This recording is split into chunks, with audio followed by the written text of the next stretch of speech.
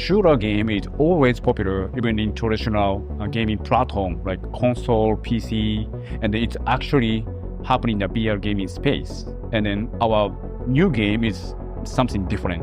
You will definitely see that. So X8 is a 5 versus 5 team-based first-person shooter in VR. We want to emphasize on the heroic part of the heroic shooter because each of the characters and the heroes have their own special powers. That they have a hero item that they bring with them that's available at all times. One of the features that is really excited about is our gesturing casting system. Since it is a heroic shooter, we really focus on the hero powers that each of the characters have. Each hero has up to 3 different powers that they can spend points on as the rounds go. Those powers are used in a casting system to draw up. So for example, our turret casting. We would lay down, cast our turret, and then we shape the power of the turret. Once that power line is drawn, turret comes into play to plant, I plant it, and I'm able to move on. How did X8 come about? Well, Dax and I, we were spitballing ideas, brainstorming a number of different pitches. X8 came from the term extrapolate, that seed premise where the heroes needed to extrapolate data from the environment to return from their source franchise. It's not every day that you get to combine music, production, graphic, and UI design into a single project in such a tight-knit way. Even though it was challenging, it was also incredibly rewarding to build upon the amazing lore that Brendan created for our heroes and their worlds, so I'm pretty excited to see how people react to our game.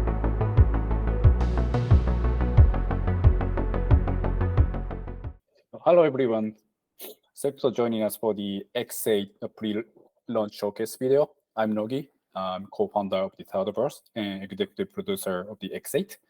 So we've been working on this project over for 2 years.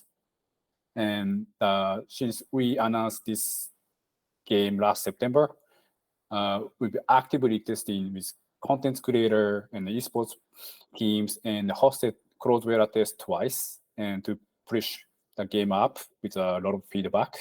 So we really excited to launch this game for early access from tomorrow, May 18th, and then we eager to hear your feedback, and then we really hope to enjoy this game. Thank you very much. And Melody will take over for the rest of the show. Thanks, Nogi. Today we'll be going through an in-depth look at our game, X8, so both its mechanics and our inspirations with some of the team that are here today. We have Dax with us today, who is the VP of US Studios and the X8 project lead. We have Nick, who is our lead producer, and we have Brandon, who is our art director. For this showcase, I'll be asking my colleagues here questions to help us dive into the game a bit more. We'll also be announcing more information on our upcoming Invitational VR eSports tournament that we're hosting with Val, as well as a brief roadmap for our future updates for X8, so make sure to stick around all the way to the end. To start with, our brief description of the game that we have here is that X8 is a 5v5 VR multiplayer hero shooter set in a world where a digital cataclysm has forced a reboot of all contemporary shooters. Players embody a variety of distinct heroes with interactive abilities and unique items while competing in matches in which they take turns to attack and defend their objectives in a game type called Demolition. In this game mode, players will plant or defuse the Syphon across maps that are designed for team tactics and creative strategies. X8 will be released tomorrow on the 18th in early access for both Steam and App Lab, and will be free to play during the entirety of early access. Let's start off with Dax. What drove you to create this game, and what do you think makes this game unique?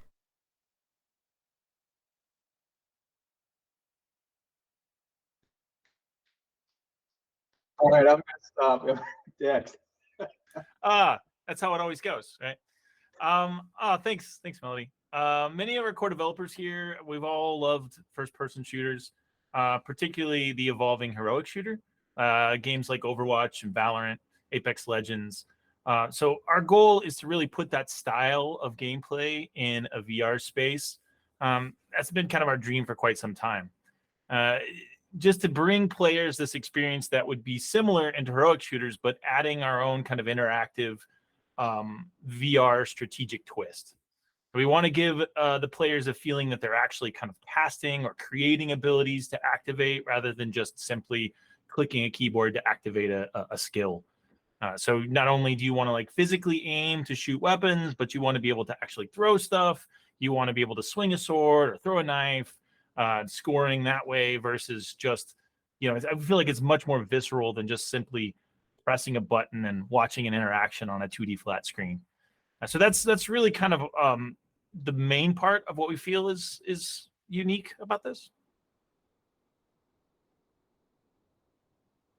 Cool. Thanks for that, Dex. Could you also elaborate into the game mechanics and how the game rounds work, etc.? Sure. Yeah. So as you said before, X8 is a 5v5 tactical hero shooter. We have a gesturing crafting ability system packed with these skills and various kind of combos and different types of intel gathering. So as a player, you can use these abilities to lock down corridors or push defended zones with weapons or with hero items or all of these different combinations of abilities that you purchase. So things like turrets or different array of smoke spheres or walls and barricades with different effects, using our hero items in order to help secure planting or defusing what we call, it's a detonation device we call the Syphon. So the game itself is primarily built on, like we said before, a Demolition style seek and destroy game mode. It's played in rounds with one team playing as attackers for the first 8 rounds, and then you switch. So in this style of gameplay, attackers will set a Syphon at one of 2 site locations on a gameplay map. And then once the Syphon is activated, they will need to defend it until it detonates. And then when it does detonate, it gathers this kind of digital damage upon victory. So kind of going over the round conditions. Round conditions are when the attackers will win the round if the Syphon is activated and then detonated. Another round win condition is if the Syphon is activated and then the defending team wins the round if they defuse the Syphon before it detonates. And then each side could win a round by eliminating all other teams unless the attacker actually already plants the detonation device, plants the Syphon. And in this case, the attackers can still win on a team wipe as long as the Syphon is not, detonates before they can defuse it. So at the start of each round, each player has a set amount of currency to purchase from a varied of weapons we call engine weapons, and they also can purchase hero abilities. I'll go into a little bit more about what hero abilities are in a little bit, but as far as engine weapons, we call them engine weapons because they're weapons provided by the game engine to fight back and forth with. So the more you win and destroy opponents, you gain more currency, and you can gain better weapons that you purchase in later rounds. During that game, you can take down other people and take their engine weapons from them, or you can also purchase engine weapons and give them to your teammates. So there's lots of different ways to kind of disseminate those engine weapons and gain throughout the rounds and gain your characters to get more and more powerful. So the core rule set is pretty similar to CSGO or Counter-Strike style seek and destroy gameplay, for those of you who may know that. But the difference in the gameplay on our end are all in the heroes. The hero items, which we'll go into a little bit more as we go on, but each hero has kind of a unique hero item that comes from their own video game world. So some hero items are damage dealing items. Other hero items are kind of situational use. But each hero's item will all be with the hero, and they can't lose that. Other players can take engine weapons, but they can't take their hero item from them. Some hero items have cooldown timers for activation. But the main thing about that is the hero item itself does not count in any sort of currency cost to use. The hero abilities, kind of circling back to that, are purchased much like engine weapons at the buy phase of each round. Each hero has 3 different abilities to choose from, 2 basic abilities and 1 ultimate ability. Some of the basic abilities can be purchased for multiple uses. And then the hero's ultimate ability can only be purchased every other round. that's kind of the gist of it. That might seem like a lot to take in, but we find that players can wrap their head around the core mechanics of this pretty quickly. Cool. Thanks for the overview. And then we'll move on to Brandon about the maps that we're offering for this game. Could you elaborate on the design and the inspiration for the 3 maps that we currently have on hand? Sure. Hi, I'm Brandon. I'm the art director. First of our maps is called Mech Garage, and we really want to hit something, straight in the sci-fi genre. The loose premise is it's the site of countless human accidents. Mech Garage has been entirely manned by maintenance drones ever since. Safety first. So the loose inspirations for this go back to the 90s, actually. An old FPS from Monolith, I believe, called Shogo, which was about giant robots, but you played that in first person. Some books that I saw early in my career from a Japanese anime called Pat Labor that had really cool designs. There was a movie called Gunhead, also 1989. Also a Japanese movie. A lot of really cool, sci-fi tech in that. And then in a small way, an old Kenner Star Wars playset called the Droid Factory. So yeah. I had the Droid Factory. Droid Factory was fun. Yeah. I had Shogo. I love that game. There you go. Yeah, that was a good one. Obscure these days.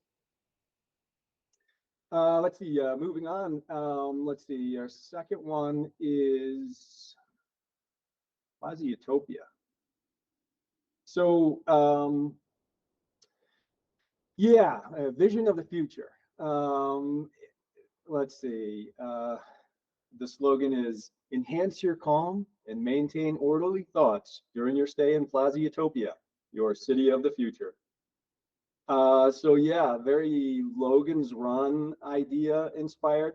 I was always taken by the campus of UCI in Irvine, California, from my first days of fiddling around with first-person 3D levels. A lot of really cool architecture there, and then of course the idea of San Angeles, the violence-free city of the future from the movie Demolition Man. And then we had to get something, in a primitive setting. So Rock Fortress came about, and the premise there. We've got a couple of different things going on there, but a Victorian expedition vanished while excavating Rock Fortress, unearthing artifacts from beyond this world. Yeah, so Göbekli Tepe is an inspiration there. We have Olmec inspired stone heads throughout. There's a section that is definitely inspired by the Indiana Jones ride at Disneyland. And then there's a little bit of crystalline growth from the alien artifacts, which is a nod, no pun intended, to Tiberium from the Command and Conquer franchise. So yeah. Do we want to talk about, I think it might be good to mention the idea of the maps themselves are these contrived spaces within the game engine. So this whole idea is that these maps are parts and pieces in this game engine that is kind of the the main anti-hero of the game. Yeah, and because these are from this earlier game from about 20 some odd years ago, just sort of reaching on, touching on these very sort of different genres. I think a little bit of that is Daikatana inspired, which I finished. But our game won't crash on install, we promise. That's great. Cool, thanks for that, Brandon. And so, as we mentioned previously, the main tools for combat and defense are weapons, guns, and abilities. So, Nick, can you start with giving a brief overview of the arsenal that players will have? Of course, thanks, Melody. Hey guys, I'm Nick, a lead producer on this project. So I'm going to be talking to you today about the weapon classes, TTK or time to kill, and the general game pace. So to start off, weapon classes, we have your standard SMGs, submachine guns, rifles, pistols, and light machine guns. Submachine guns are very high fire rate and deal a lot of damage up close because of that fire rate, but have lower damage when comparing to rifles, for example, and don't have as much accuracy at a distance when comparing to rifles too. Pistols are much cheaper than rifles and SMGs and have a much higher skill ceiling because you naturally cannot spray. You have to make sure that every shot lands. And they're very, very rewarding when you land headshots, especially two of our favorite pistols, which are the Cyclone and the Predator. The Predator being my favorite. So the Predator is this one-shot headshot, 50 cal hand cannon with a very, very high skill ceiling. It has very high recoil and very low fire rate. But if you land that headshot, it is a one-tap. So be sure to be afraid of this weapon. It's very deadly. We have sidearms for every single player. These are always available and will never let you down. They are located on your waist pocket. They don't deal as much damage as the pistols that you can buy for obvious reasons for balancing, but you can choose to go for an economic round, for example, if you would like to purchase abilities instead of a weapon, let's say, and use only your basic sidearm as a strategic advantage. Yeah, and to add to that point, I think the good thing about the sidearm is that you can't lose it, right? Much like the hero item, if you take a sidearm, a lot of people, especially new to VR, when they're playing, they take a gun, they hold it, it falls, they have to pick it up again and stuff. So it's automatically at your hip every time. It'll zip right back so that you can always have that. And I also find a sidearm is used great when you just don't have time to reload anymore. Right, if you finish the gun, you could just drop it and grab the sidearm and do that last little bit of damage. So it's a really good benefit. Pulling your sidearm is always faster than reloading.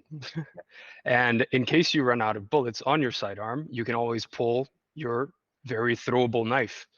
That's something we introduced recently after our community has asked for it. We're very happy with it. Throwing knives feels amazing. It's actually, don't mean to toot our own horn, but it's the best throwing knife I've seen in VR games. I have a lot of fun playing with that.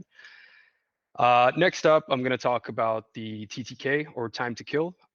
We decided on going for a quite low TTK currently, as we felt that it would emphasize the benefit of the abilities that obstruct vision and allow for players to reach other tactical locations because of it.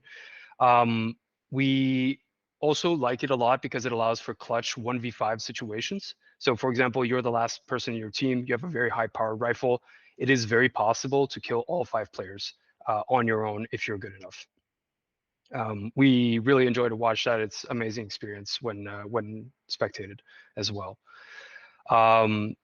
The importance of abilities denying vision for strategic round will be covered by Dax later, but that's what I wanted to focus on TTK.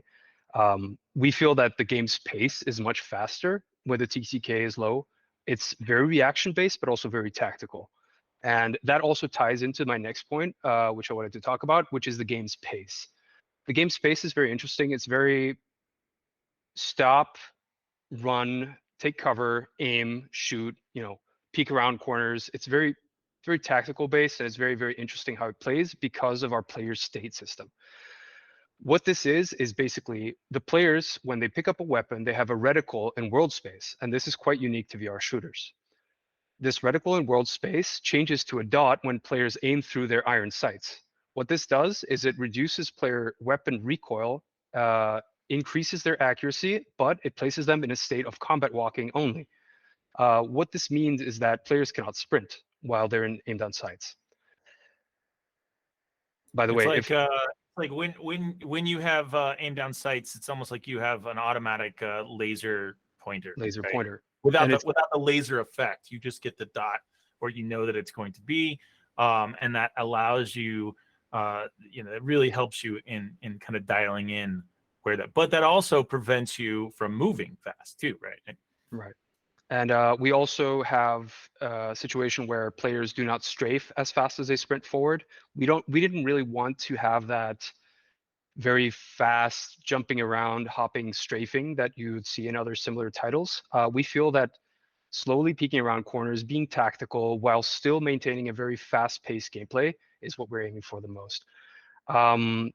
That said, in the options menu, if players don't like this world space reticle, they can disable it if they would like to experience a more traditional, iron sights VR experience.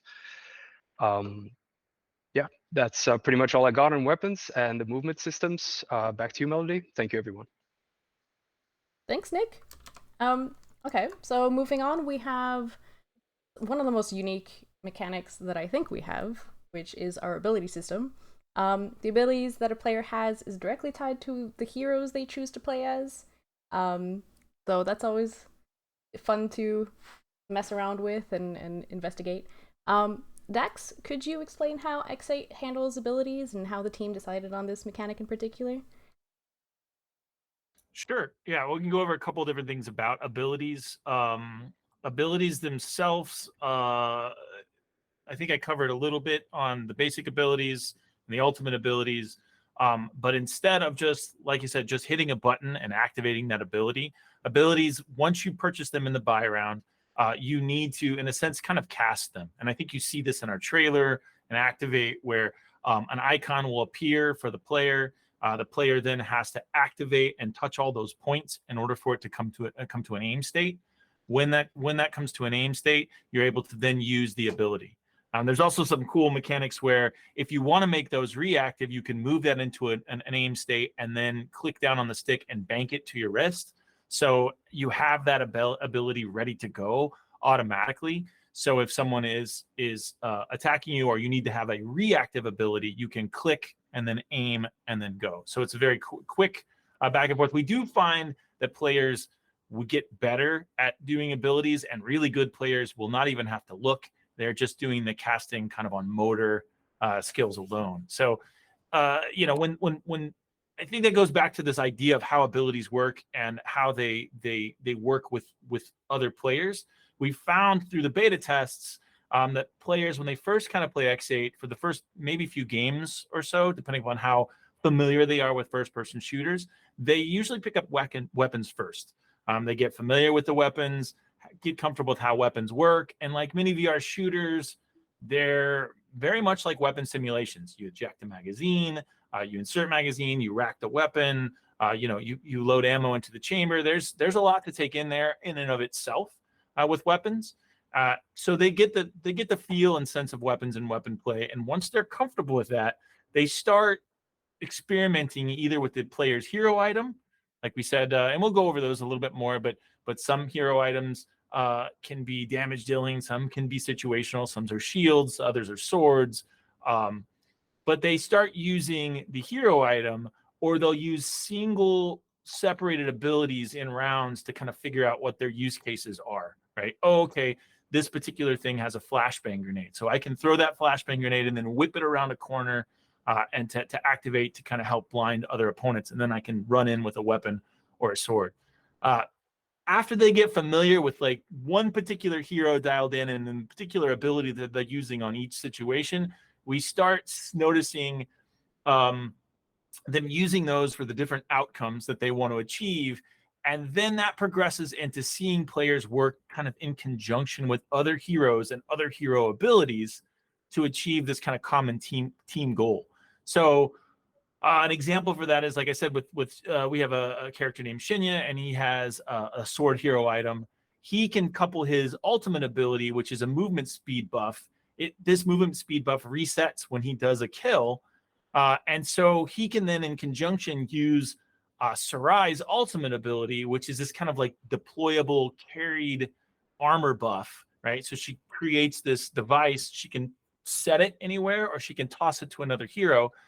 So Shinya can pick that up, use his ultimate, activate it, come in, and now he's like this little mini tank that has all these different ability, that has this kill feed, but it has an ability that he's using from another hero. So that's just one particular kind of a way that we can highlight on how you can use the heroes and they stack together. Turrets can be used in conjunction with like smokes in order to impede line of sight, or players can like place smokes or turrets over around the bomb in order to set up defenses. You can use energy pylons that we have, or I think Sarai's got a defensive energy pylon and Izara has a barricade wall. You can use those to climb up on higher surfaces in the map to get to different locations. So there's a lot of these ways that heroes can work with each other in these other using abilities layered on top of each other to have this kind of tactical, creative aspect of the game. I feel like that's the biggest part of how our game has replayability factor. And it's something that other shooters, even VR shooters, that are missing. This isn't just a come in and, storm the base and then you're done with everybody having just a different array of weapons. It's almost like a collectible card playing game where each person has a different card, and combinations of those cards end up creating these really fun, dynamic metas. And so we really can't wait to see how creative players can be when using all these abilities in conjunction, because I'm sure once we get going, even the beta tests and even all of our testers, there's lots of different ways that they've had combinations that we're going to discover new ones that are just going to be really, really fun. Thanks, Dax. Ooh, sorry, I was muted. There we go. Thanks, Dax. Oh my goodness. Okay, I've been called worse. Sorry. All right. So our next portion is about both the kind of backstory, backlore of our game and our heroes, which are arguably one of the more important parts of the game. So please enjoy this short trailer that showcases them.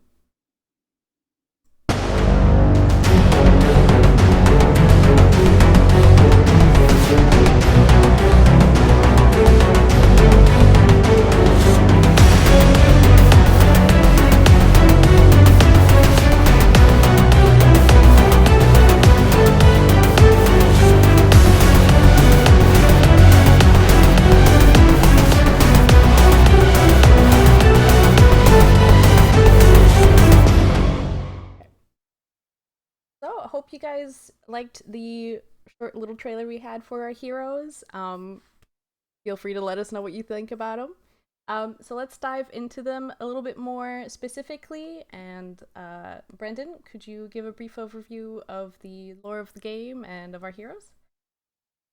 Absolutely.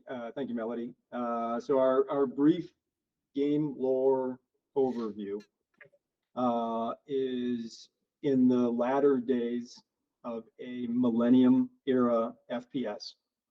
A mod is uploaded to improve the AI and assemble worthy opponents. Through a series of circumstances, this mod is allowed to run uninterrupted for years in a library basement, where it's finally able to reach beyond to related games that are using descendant engines and pluck the heroes from those contemporary franchises and pit them against one another. All right, so moving into the individual heroes, our front runner is Shinya Nirasawa. He is our free runner, very scout type of character. Quick-witted and light on his feet, Shinya dashes onto the scene to scout ahead and cut the competition down to size. With speed on his side, he'll outrun and outgun any enemy with style. He's got a lot of style.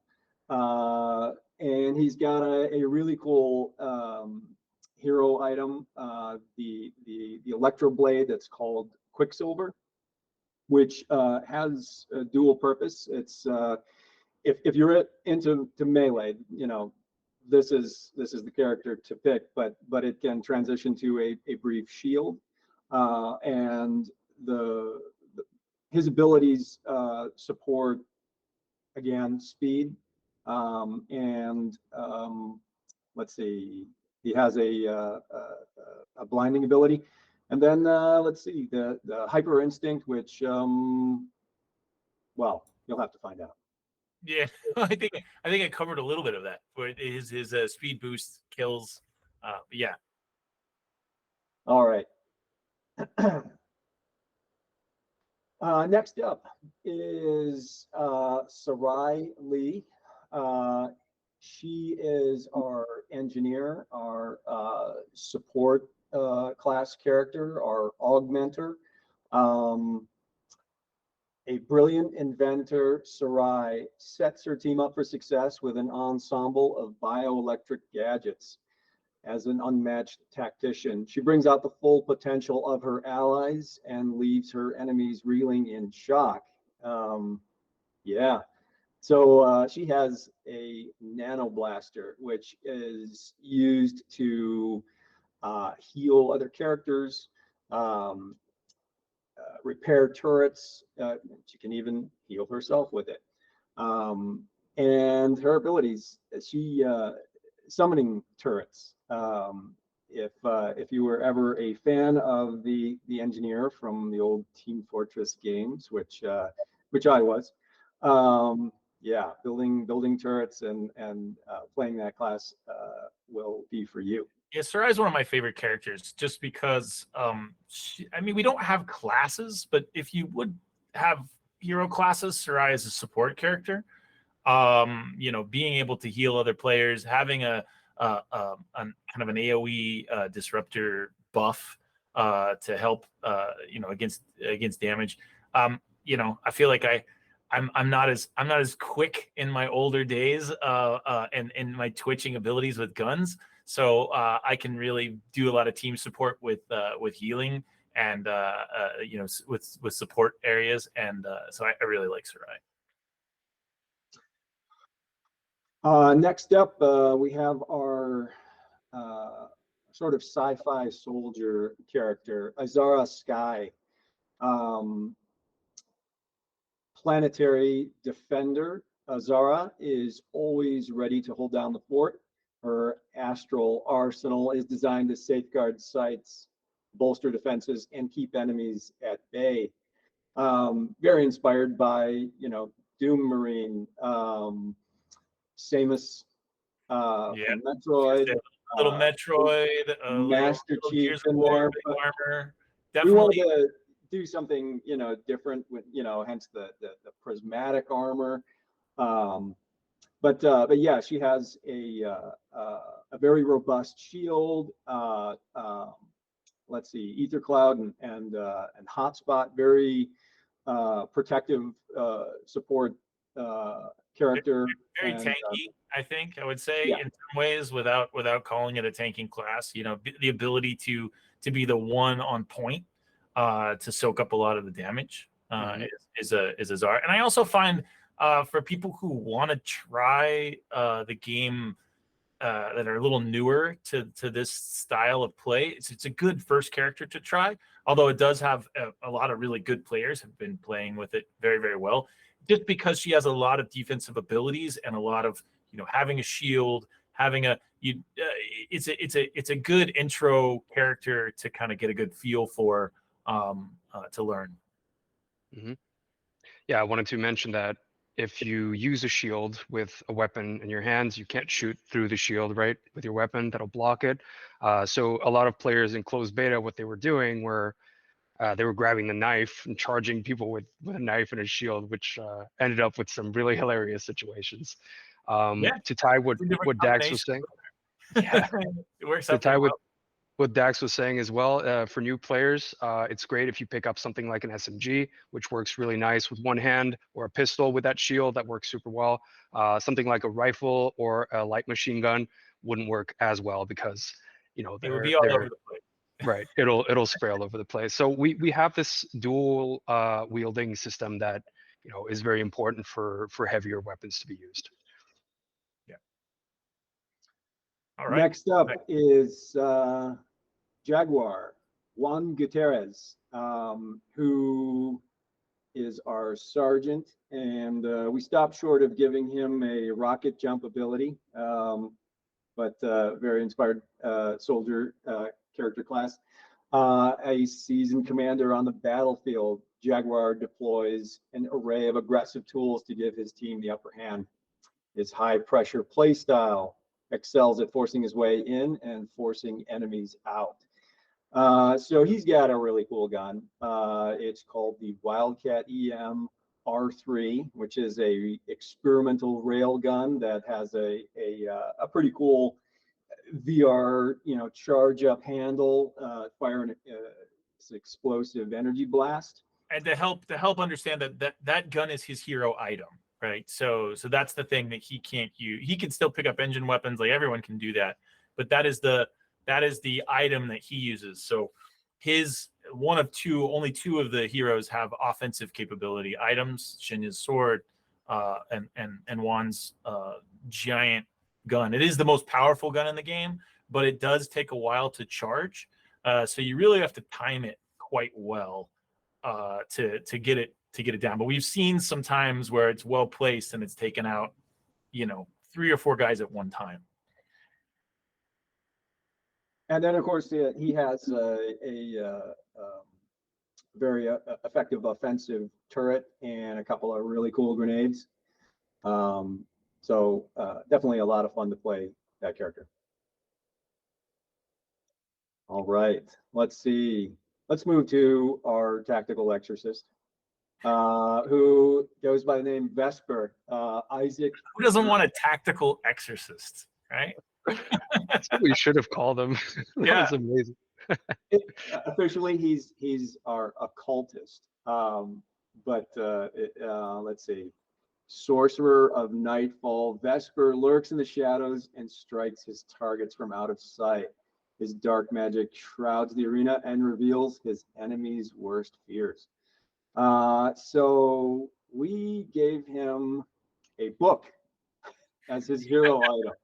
Everybody's got guns. Let's give him a book because it made sense.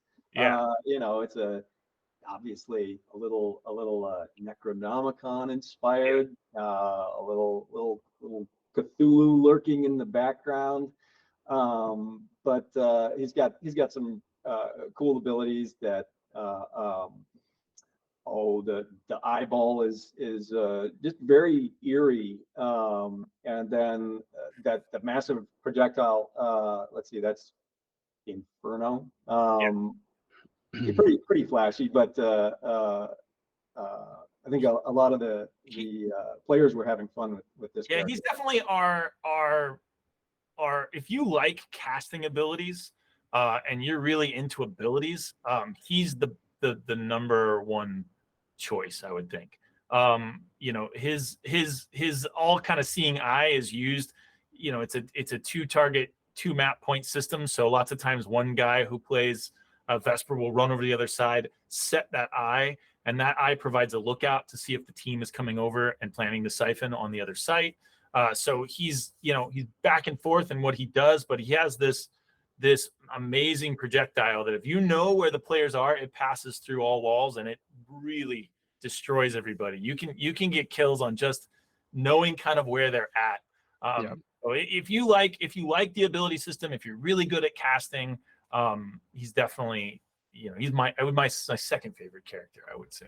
If I remember correctly, the at least for the second closed beta that we had, the testers pretty much almost unanimously voted Vesper as their favorite character. So if that's saying something. Of course, you can see which we want to make sure that people really enjoy the ability system. That's how that differentiates us from everything. and he's your ability go-to guy. So I think he's a good player. A little hard to learn in the beginning, but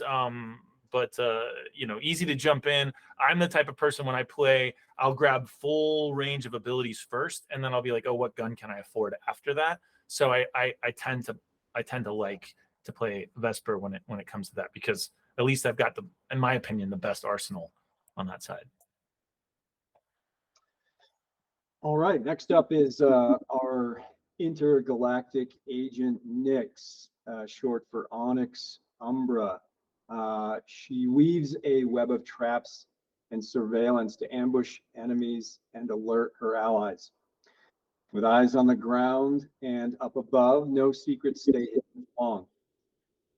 So yeah, she has for her hero item the subterfuge, which is a stealth bomb with a remote detonated trigger. Little bit of demo man inspiration there. Probably my second favorite class to play. Yeah. And yeah, the Cyberwire, which will reveal enemies, and then a few more. Let's see. Well, the Omni Beam is worth mentioning. I think it's Nogi's favorite. Being able to kind of call down a airstrike from orbit on players. Yeah, I like Omni Beam. I feel like it's have a superpower. Yeah, it feels pretty good. I mean, Nyx, a high level of Nyx is this kind of intergalactic, aloof spy, James Bond kind of looking, kind of feel. Not the easiest character to play in the beginning, but really, really effective once you learn the combos and how to kind of set traps. And if we did have rogues, she would be the rogue in that, in some ways, in kind of what she does. The remote bombs, you place a trigger, a tripwire to where you have a trigger, you place a remote bomb next to the trigger, when that tripwire is hit, you click that remote bomb and then they die. So in different combinations of it. Also, her abilities at first seem more limited, but when combined with other players' abilities, become super powerful. So she's definitely kind of a next tier kind of. You get a good feel for her once you play for a bit on how she can really hold her own. All right, Melody. All right, thanks so much, you guys. It's definitely obviously heroes are a big part of the game, so it's very good idea to go as in depth as we can on those. So there's also plenty of stuff to experience and explore and experiment with in game. So hopefully the audience will be doing a whole lot of that. But yeah, let us know who you think your favorite is of all of these heroes or any of the aspects. We're pretty often on Discord. We have a Discord, we have social media, etc. All the links are going to be in the description. So in addition to launching X8 tomorrow, we are also launching something soon pretty exciting. And so I'll pass it over to Nogi to explain about our upcoming eSports stuff. Yes, so we designed X8 as a very highly competitive game. So that's what we also figured out through the beta test. So we are really eager to start the eSports league this coming the Q3, Q4 possibly. And but before that, as a part of the early access trial, so we are going to host the invitational tournament event. So that's 8 teams we already selected. Then some of teams are actually the champion of the other VR shooter games. So we're so really excited to see. So that is we plan to broadcast on May 26th, right? And afternoon PST. So we cannot wait to see how those expert teams going to play against each other. Okay. Cool. Thank you. And so for our future roadmap, etc., any updates that we're planning on having, I'll pass it back to Dax to explain all that. Sure. Okay. So to help kind of get an idea of where we are right now and where we want to be, it's kind of important, as Nogi said, our game is very competitive, and as developers, and also on top of that, as kind of longtime game players, we are aware that games which launch usually in an early access or a beta state are often, more often than not, still working out their core gameplay. They're also usually pretty buggy.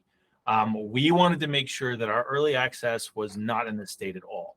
So after 2 closed betas and some extensive work on that, we feel the core of what X8 is pretty well dialed in. So it's very, very playable right out of, I would say, out of the box, but that makes me that ages me. So weapons and abilities obviously are going to need to be adjusted, and as I talked before, the more and more people play in the community, they're going to discover new metas and combinations that we'll have to kind of adjust to get that overall kind of polish of the core mechanics. But the core mechanics, the core part of the game is all there.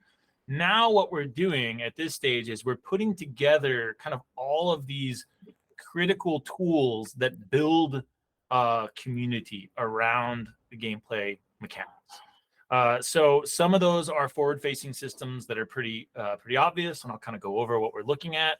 And some of those are back-end systems that we're currently being worked on right now. But it's really our goal is to reach out to the community and get their feedback on not only the core gameplay mechanics, but these community building systems, and see what they want in their games. And so getting that and providing these feedback, getting your feedback on this is a kind of our top thing in mind. So we'll go ahead and kind of talk about where we are right now, and then where our updates are coming in over the course of the next 3, 4, 5 months. So our first update, which we're just calling kind of update 0, that's going to be on the back end, so you won't be able to really kind of see some of that stuff, but that's a lot of the player progression stuff. We've got a lot of player progression things in there, how to gain experience, how to do different things in the game to kind of come back and enjoy different ways to play the game. Finishing that and getting the complete stat tracking for everybody to monitor is very critical. We're on the final stages of that right now. And coupled with that, there is a bit of game telemetry that we're still implementing. We want to make sure, because this is a competitive shooter, that we have a really good telemetry so that we know exactly what weapons people are using, who's doing what abilities are being used the most, what abilities in conjunction with other abilities are being used. So that's kind of our core in our update 0. Our update 1, which we don't have dates on right yet, but what you're going to really start seeing is our player progression system. The full system will be implemented. So you'll get a bit of that on launch, but really it's just kind of stat tracking and what you can see on how your player progresses. You're going to get a lot more in that in update 1. You're also going to get spectator camera. We're rolling out a spectator camera right now, but it's just really used specifically in tournaments. You'll be able to have access to a spectator camera depending upon what matches we choose to be in certain in competitions. We also are going to do our initial in-app purchase and DLC rollout during that time. And we will have the ability to have private matches. So private matches will be great in a couple different ways. If you're a casual player and you really want to learn how to play the game without having everybody else who's way more, have been playing quite a bit and has a lot better skill set, maybe you have another friend and you and your friend play on the same team, and then you play with just bots, right? So we have bots in the game. The bots will be there on launch, but different ways to set up. And then also on the flip side of that, if you're really good and you want to play with another group of players, you can grab a party of 5. You can play with another team's party of 5 or any combination thereof, and you can host a private match server side that will be able to do that. So that's kind of our encompassing update 1. And then after that update 2, you're going to start to see kind of an extension of what the private match is, and that's custom matches. So different ways that you can create a match and its custom abilities. We haven't really decided. This is what's really important to get feedback from the players on what kind of custom matches do you want to see. Do you want to see custom matches where you only have knives and pistols and your abilities can do, more things? Do you want, someone had mentioned custom matches where players were much more spongy, so the TTK has dropped down. There's lots of different ways that we can easily adapt the game mode without making it a new complete game mode. And that's what the custom matches are going to be for. So we're really looking for player feedback on what we want for them, and then we will add that in to our custom matches, which will be private matches. And then on top of that, we'll have a reporting system. We feel like it's very important, but particularly in free-to-play games, to report player toxicity, to report cheating, and helping with cheat prevention in that. And then our third update, you're going to start seeing ranked games. You're going to start seeing matchmaking and ranking. It will be the first thing. So every team will have a specific MMR ranking, and then you'll be able to be ranked with other teams appropriately. That'll help with all the way through the gamut of intro players to seasoned players, so they can kind of play with people consistent to their rank. You'll also get the complete full system of our IAP and our purchase our DLC system, and we will be having weekly and seasonal leaderboards for different things that we have available there. So those are the first 3 updates that we have. We got a lot of other things that we're working on in conjunction with that's on a separate timeline, meaning Hero 7 and Hero 8, which are already being played in the game. You might have seen them in the trailer. They're playable. We're just really kind of putting together the last of their abilities and refining them and dialing them in. I can't emphasize enough on how complicated it is to do different abilities. If you look at other games where they're like, oh, we have a climbing, we have a climbing gun, or we have a rail system or something. They may have like 2 or 3 things for the entire game. Each of our heroes has 4, right? It has 3 abilities and an ultimate ability. And then those have to work in conjunction with everything else. So every time we add a new hero, it becomes increasingly a little more complicated on how that hero fits in with the other heroes. And so Heroes 7 and 8 are in the process right now. We'll have those dialed in over the next couple of months. And then on top of that, we have a new map that's coming out. We won't give the details on it yet, but it is always really fun to see the new maps come in. If you guys play a lot of multiplayer shooters, you'll realize this. Maps are designed in the beginning when the map makers, the level designers, do not really know the full impact of the game, right? So they have, while the other engineers and other designers are working to build up the heroes, the people who are building the levels and the maps are still working, right? So when you start, and those maps are really good and we've got them dialed in well, but then you start seeing new maps coming in after all the heroes have been online, and you start seeing new maps that are designed around those abilities, and it really helps expand that. So I'm really excited about map 4 and a little bit of map 5 and those super early stages. So those are our updates. Cool, thanks for that, Dex. So as you guys can tell, we have a lot planned for the future. I also wanted to point out that there's been a lot of feedback from the closed beta tests that we also implemented into the game, etc. We're more than happy to hear everyone out, and there's so many good ideas out there. So it's always fun to get some feedback from everyone and see what we can do. Our first closed beta, we took a list and a survey of everything that people wanted to see. And I think from that list, we implemented almost 80% of the things. That's right. And so it was really impressive to see that, that's why we had our first closed beta so far away. I mean, that was quite a long time ago. And then our gameplay team totally worked on just the best, what we thought and what everyone else thought was the best things to add.